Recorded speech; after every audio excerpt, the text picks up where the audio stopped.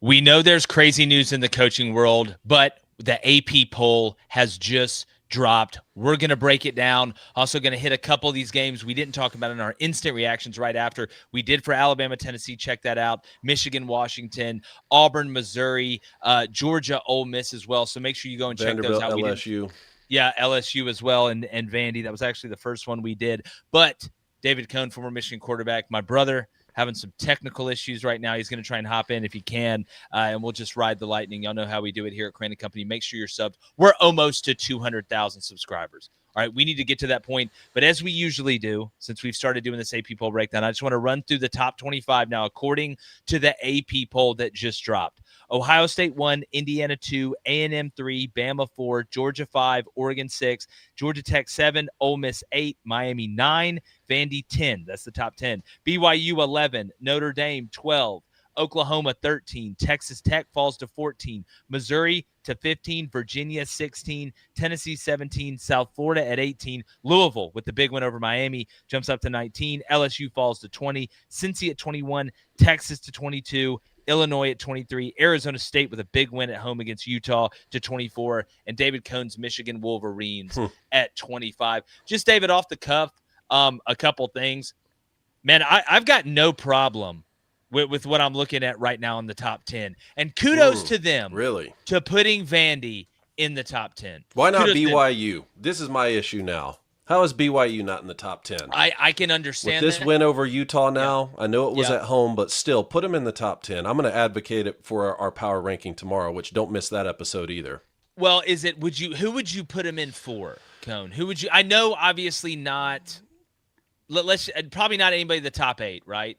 So are we really looking at, or maybe you want to put him there? Well, for let's just Oregon start at what? the top. Buckeyes, easy, right? I mean, I've been saying that the best team in the country to me out of the Buckeyes and Miami is whichever team I just watched most recently. They're both just incredible. This job that Ryan Day has done with 2 new coordinators and a new freshman quarterback starting, is what they're doing in Columbus. It pains me deep down in some places, but it absolutely is incredible. And now you got Miami losing on Friday night. Miami dropping to 9 seems like a little far to me. I mean, this is a good Louisville team. Brian Brom, I want us to break that game down, but man, this guy just continues to be a top 10 and top 5 killer with what he's doing at 4-0 in the regular season. I really don't think Miami dropping to 9 and Texas Tech after that loss on the road to Arizona State dropping to 14. I think those are a bit far for me. I don't think either one of those teams should panic. I can see a scenario where Miami still wins the ACC and possibly the national championship, and really the same for Texas Tech out there in the Big 12.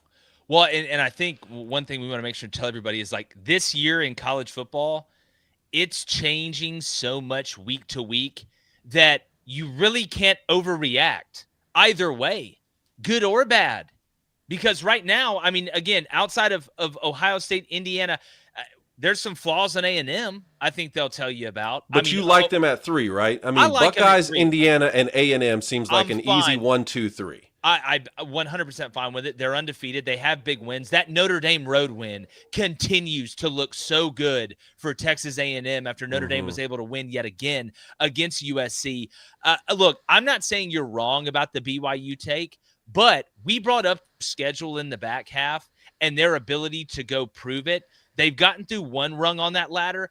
If they do it again, you've really got to vault them up. But I'm glad they put Vandy in the top 10. Yeah, it's a 5-week stretch here for BYU that we talked about. Utah, at Iowa State, at Texas Tech, TCU at home, and at Cincinnati, which, look, I'm going to start advocating for Cincinnati here pretty hard. They've gotten through the first step of that with a win against Utah, which, I mean, the color-on-color matchup in that game, first off, more teams need to do that. Bear Bachmeier, absolute baller. It was a Da Vinci painting. But, yeah, look, at Iowa State, at Texas Tech, got to take it 1 week at a time if you're BYU. We saw them start, 9-0 a season ago and lost back-to-back games. Obviously, it's better to lose earlier in the season than later. We're seeing some of that reflected here as well. So Alabama at 4 with 1 loss, Georgia at 5 with 1 loss, Oregon at 6 with 1 loss. Then you got Georgia Tech there, who remains undefeated before you get 3 more teams there with 1 loss, Ole Miss, Miami, and Vanderbilt. I mean, Ole Miss fans are going to say, wait, our 1 loss on the road at Georgia is better than Oregon at home or Miami at home. To me, quite frankly, I would put Ole Miss behind Miami and Oregon and Georgia Tech, which the AP does have right now. Yeah, and it's funny. You're like, wait a minute. How is Alabama at 4 and their losses to a Florida State team that has just absolutely fallen off a cliff. But then you're like, well, they've got to be in front of Georgia because they have the exact same record and they beat Georgia on the road. So that one kind of works its way out. I tell you, the team to me that I'm very interested. They didn't move them up. We talked about Oklahoma falling decently far after they lost to Texas. They went to South Carolina, and you can say what you want about South Carolina. I get it. I know Dylan Stewart got hurt. They beat South Carolina's ass like it was nothing. That Oklahoma team, I think they're a top 10 football team. And again, you look at the rest of that schedule, it's going to be tough. I'm just wondering how Oklahoma's behind Notre Dame. Especially after Miami lost to Louisville at home. Before it was like, all right, they have 2 losses, but it's to the number 2 team in the country, and a top 5 team in the country in A&M. I would personally have Oklahoma ahead of Notre Dame. Man, I'm fine with Notre Dame ahead of Oklahoma right now, honestly. Oklahoma's going to get plenty more chances, and I do think the quality of games that Oklahoma's about to play, if they win, they deserve to jump Notre Dame, even if Notre Dame continues to win. That's one of these scenarios here where we do have to factor in strength of schedule. Notre Dame, you're going to get jumped by some of these teams if they continue to win and you continue to win. But that game against USC, a USC team that I just watched bully Michigan and Los Angeles a week ago. That was a very impressive win for me. Notre Dame rushed for over 300 yards on USC, and this is just another example. If you take a Los Angeles team like USC outside the West Coast, put them in the Midwest. I know this isn't a Big Ten conference game on paper, but it's a Big Ten conference game in essence with the geography of Notre Dame and the style of football they play, and it starts raining just a little bit in the second half, and USC falls apart. They're running reverse double passes with Mekhi Lemon for a fumble. They're running on 4th and inches. Where they had a sprint out, roll out, just on 4th and inches, run the football. So I don't know. I still think USC is really strong. It's a good win for Notre Dame. Well, and look, USC put up a good fight. Maava did throw those 2 interceptions. He threw for over 300 yards. We know this Notre Dame defense isn't what it usually is. King Miller did get 70 yards on 18 carries. They only ended up with 68 rushing yards.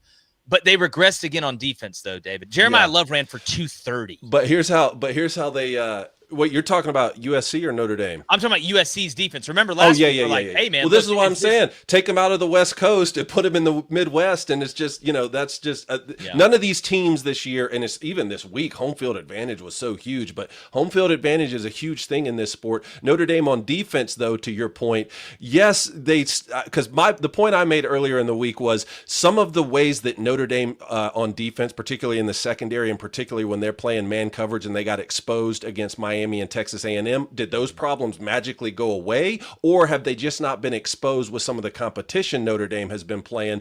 Well, yesterday we saw this sort of thing where they're just getting pass interference penalties all the time. So they understand that they suffer in man coverage a lot of times in the secondary, but they're saying, hey, a pass interference penalty is better than you just beating us deep because maybe we can hold you in the red zone. And that was one of the things they used to their advantage yesterday. No doubt. And look, with this Notre Dame team, I mean, we know the cachet that Notre Dame has. They're a quality football team. I'm very interested to see, because of their brand name, who all gets to jump them. Do you have to be a big brand name to jump them, right? Like is it Oklahoma's a big brand name? But will Texas Tech jump them? To be honest, I don't.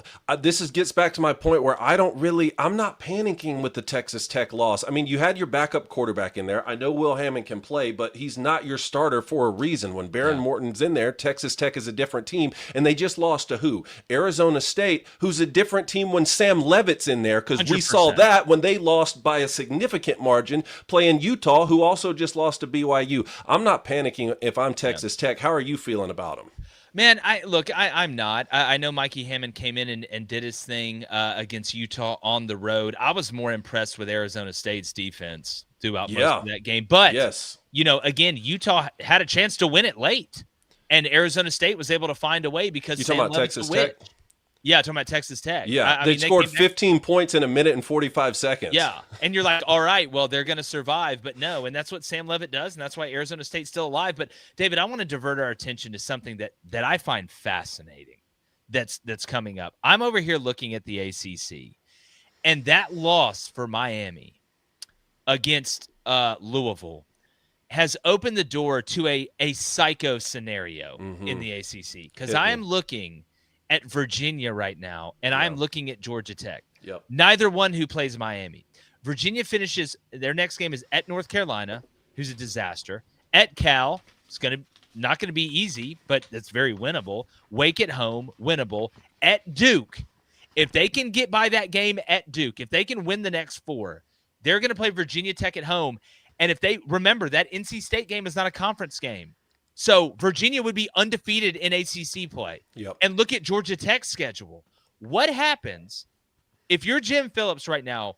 Are you hoping that Virginia wins out in the ACC, Georgia Tech wins out in the ACC, and Miami wins out, but Miami's sitting there at 11-1, not in the ACC championship game, with a possibility of getting 3 teams in? Because if Georgia Tech goes 11-1 and loses to a top 5 Georgia team in Atlanta that last week, and then they go and lose the ACC championship game to Virginia, I still think Georgia Tech's got a pretty decent shot to get in. That's 3 teams. Well, let's make it more complicated. SMU is also the only other team, the 3rd team to be have a winning record in the or to be undefeated, in ACC play, 5-2 overall, though, with the losses, I believe, to Baylor and TCU, was it? Mm-hmm. But they will host Louisville. So what happens if Louisville is able to beat SMU on the road and they went out, and you're saying, but hey, we actually beat Miami. Now you have a scenario where you could have Georgia Tech and Virginia playing in the ACC championship game, because again, Virginia's loss to NC State is not a conference loss. They scheduled that on top of their ACC schedule.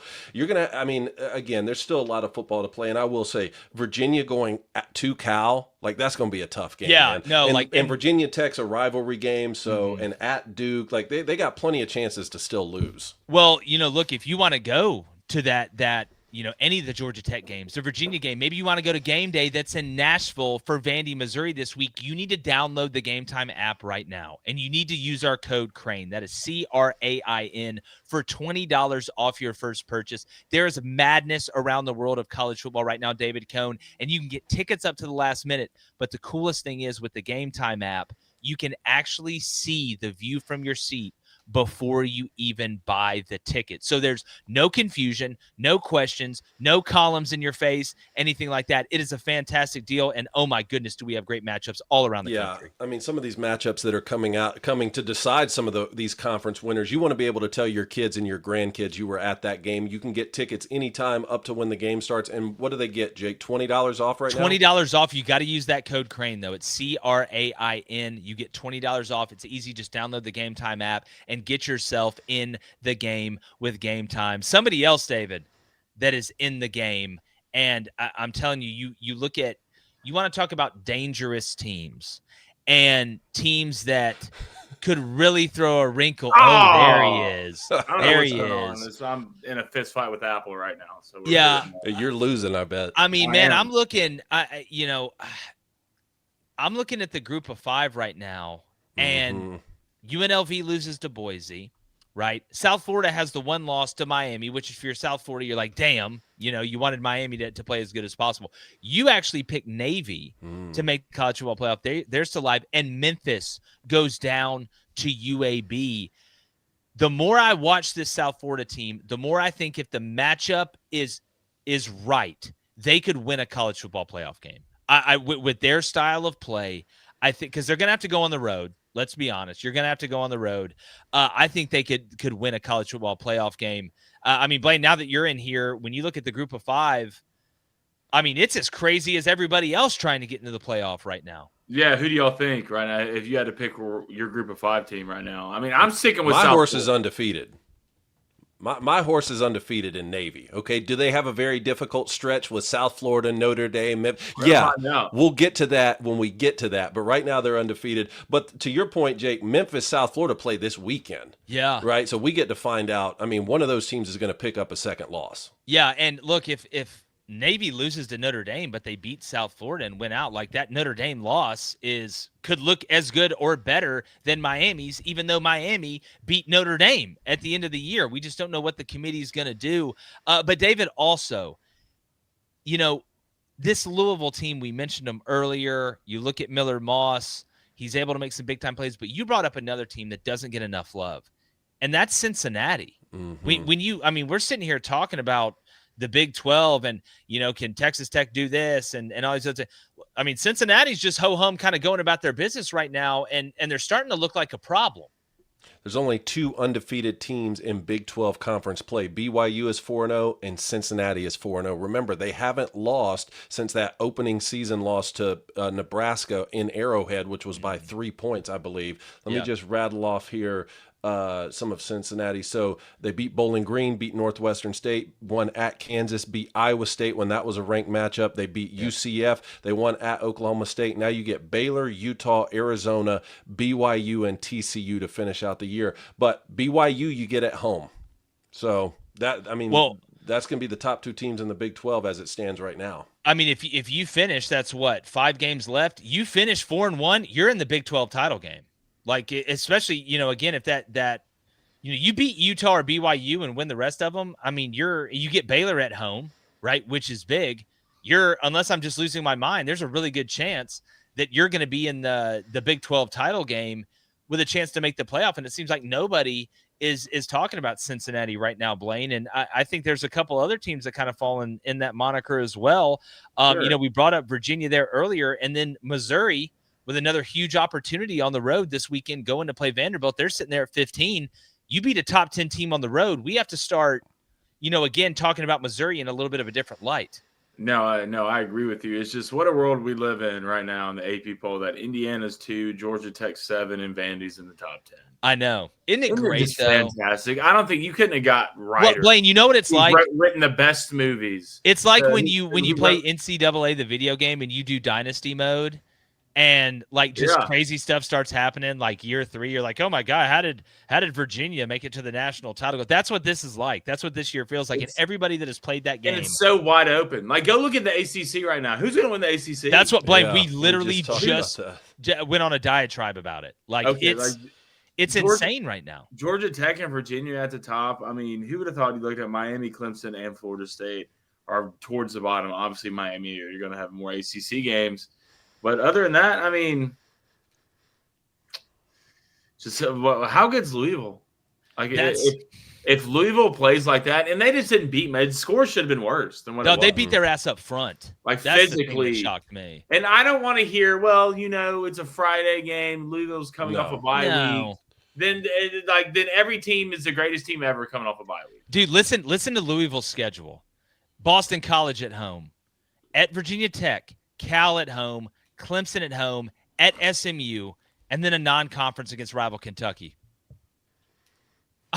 They're good, man. I'm telling you. And think about this, too. They won 24-21 against Miami, turned Carson Beck over 4 times, 4 interceptions. They didn't score a single point off those turnovers. Yeah. So to Blaine's point on it should have been worse. If you even score any points off one of those takeaways you got, it would be worse. But it's consistency, though, right? And you got, again, that Virginia going to Louisville and beating them is just looking better and better.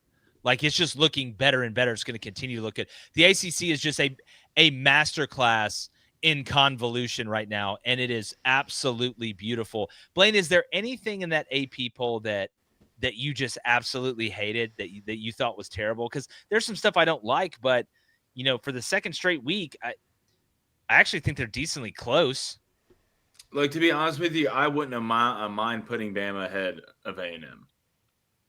I don't think so, man. See, why though? You beat Arkansas by 3, and they're so bad.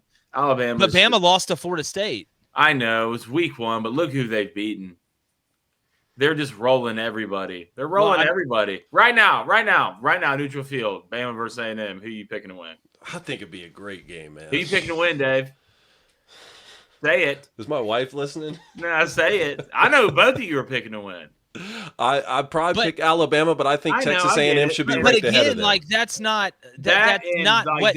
Did Texas Tech deserve to drop? We can't live in that world, though. That's because what I there's said. some teams at the end of the year that are 9-3 that on a neutral site we think would beat a team that's 11-1. Well, we dropped Ole Miss. Then don't even play the season. We dropped Ole Miss. We dropped Ole Miss for looking that bad against Washington State in our power rankings. Yeah, but it's not like we dropped them to 12. Yeah, I'm dropping them 1. Like, yeah, I mean, again, but if we live in a world where But your record really doesn't matter, it's just how you looked last week. But even on the Arkansas point, what we've said is there's one thing that Arkansas can do really well, and that's score a bunch of points. And you're talking about a team that has a new interim head coach. Bobby Petrino's over there coaching to try and position himself to be the permanent head coach. Mm-hmm. He's one of the best play callers in the country. I mean, my A lock of the weekend was the over in that game. Let's put it that way. Yeah. And I felt good about it, and it hit.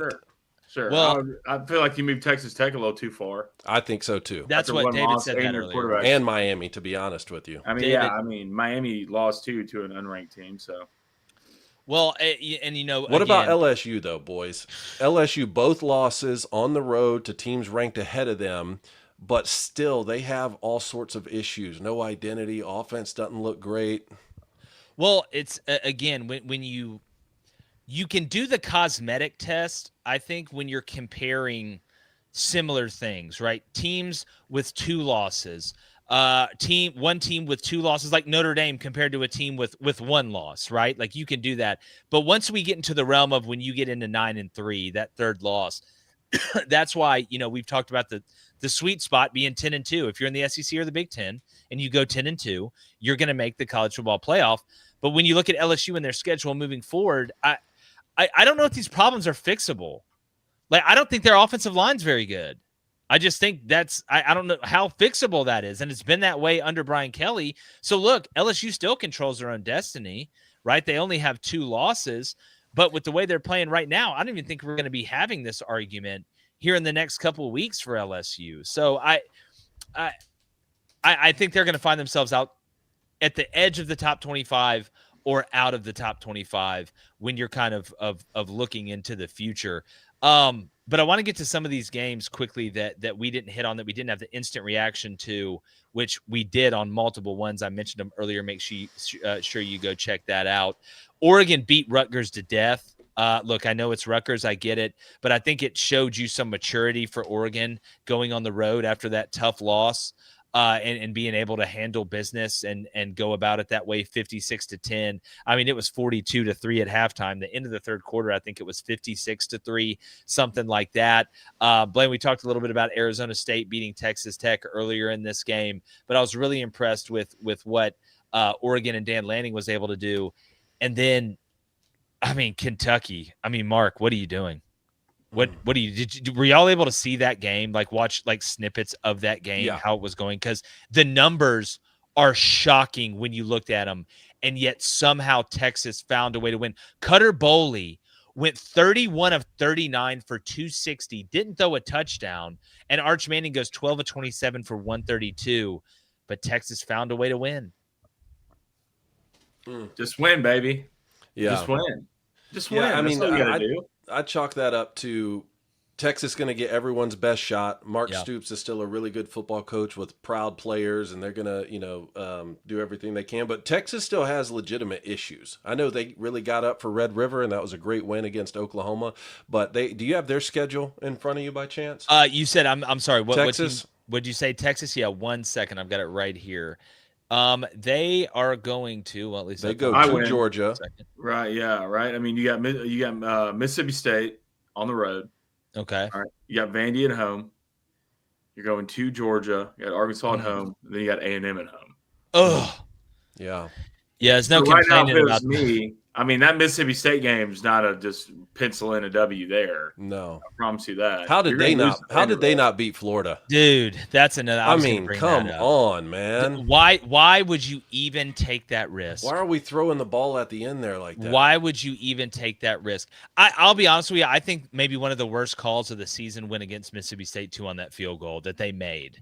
That was a made field goal that they said wasn't. But still, you have a chance to win at the end. And here's the saddest part if you're Mississippi State. Billy still got fired.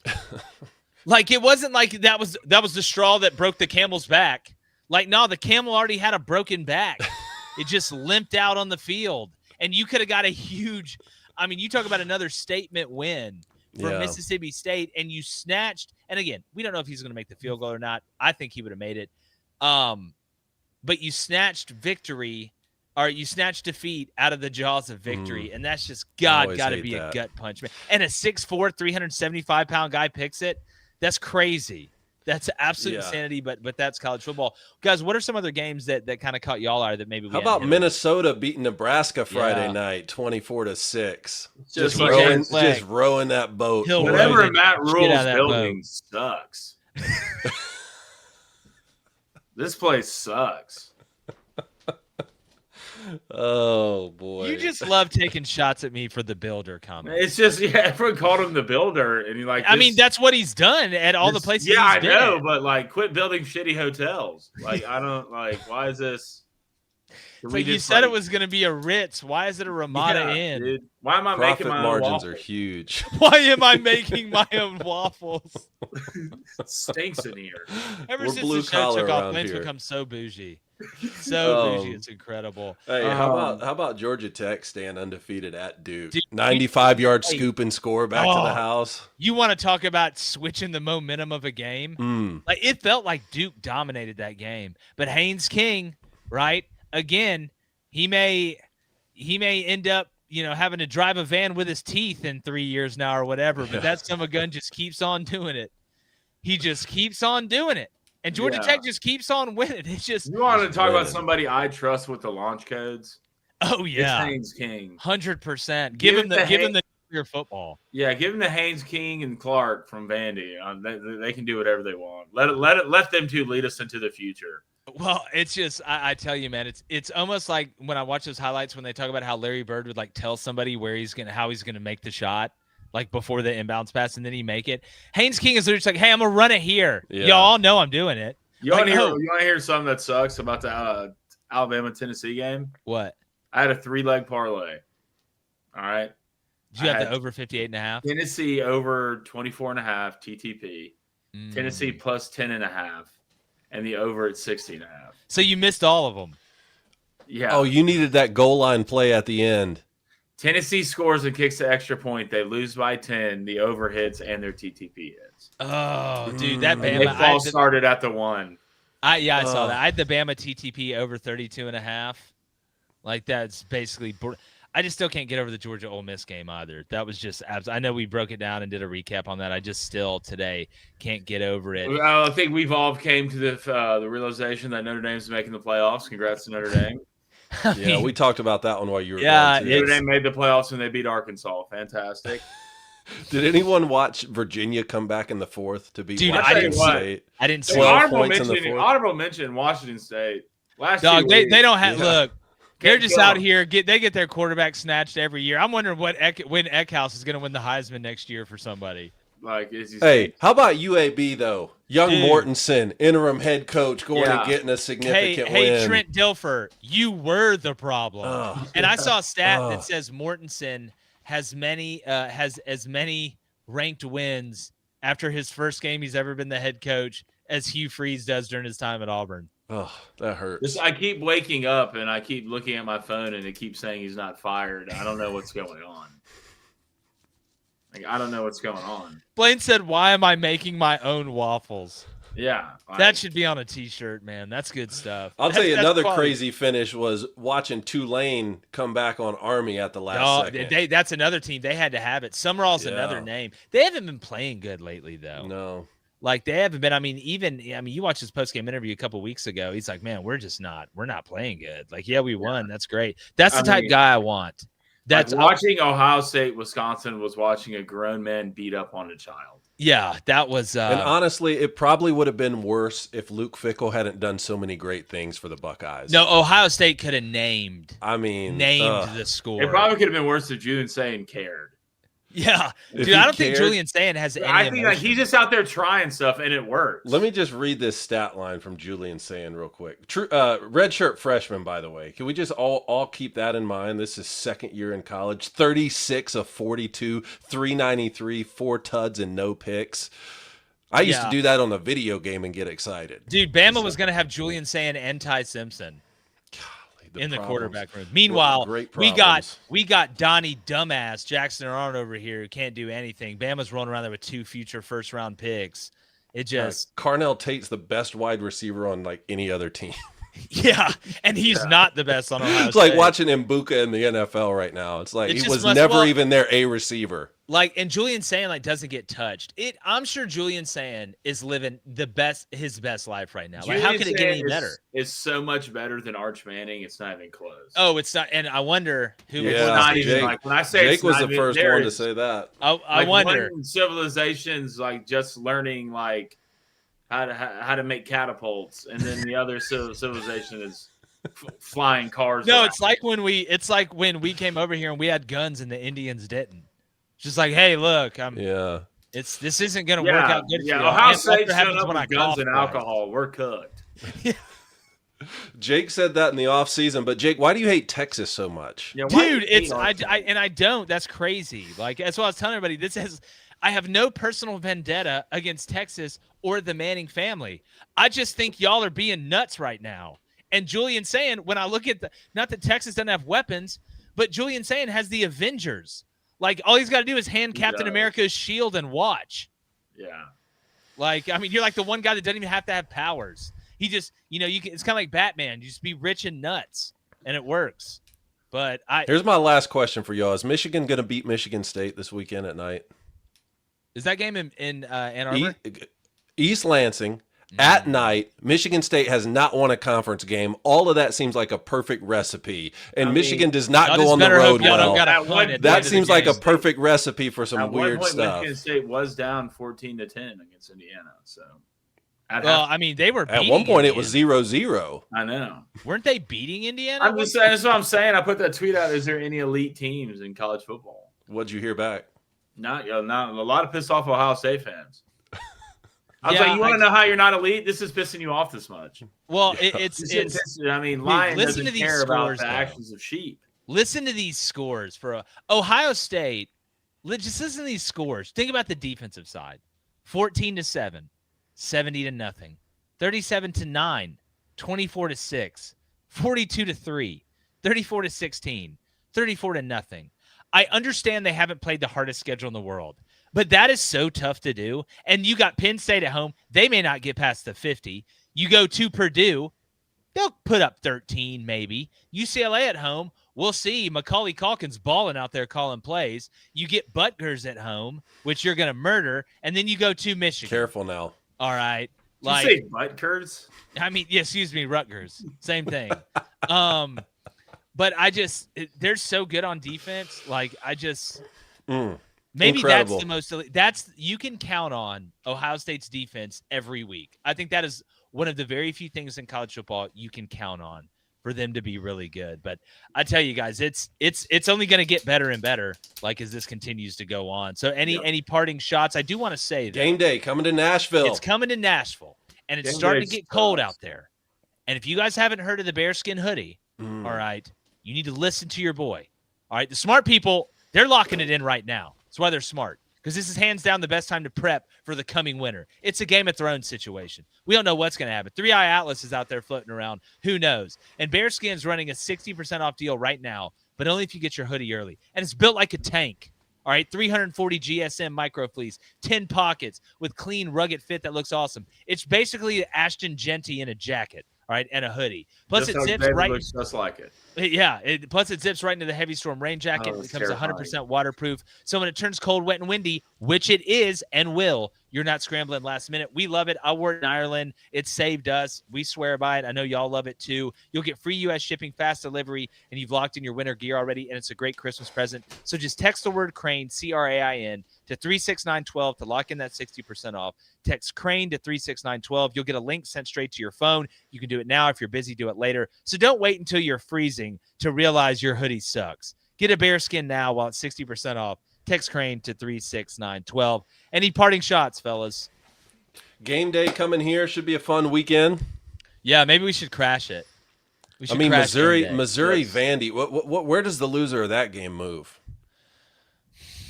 I don't think super far. I mean, if Missouri goes on the road and like their only two losses are at home to fourth-ranked Bama and on the road these words are going to come out of my mouth in this order. 10th-ranked Vandy. I don't think you can drop them too far. But if Vandy loses, the question I think becomes how far does Missouri go up? Because like now you're in a different air. if you're Missouri. That's why that Auburn win was so huge. But Blaine, you got anything else? Appreciate you coming in. Yeah. Day one of Hugh Freeze not being fired. That's how long we go. Oh, the countdown has started. It started. Okay. All right. I respect it. All right. It's in the comments. Let us know. Do you like the AP poll? Do you not like it? Where do you agree? Where do you disagree? And make sure you're subbed. We're trying to get to that 200K mark. We are so close, kind of like Auburn's been for the last 3 years. We appreciate you guys and like the chances of me not being ready for college football again. We're gone.